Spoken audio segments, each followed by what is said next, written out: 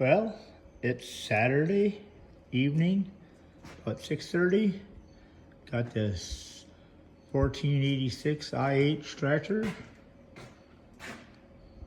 Tire's got an owie and a motor.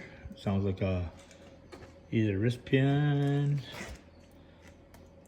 or rod going bad.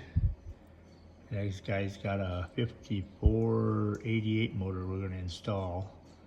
Got my overhead hoist, or as some people call it, gantry. I had bought that a while ago, probably about 4 years ago.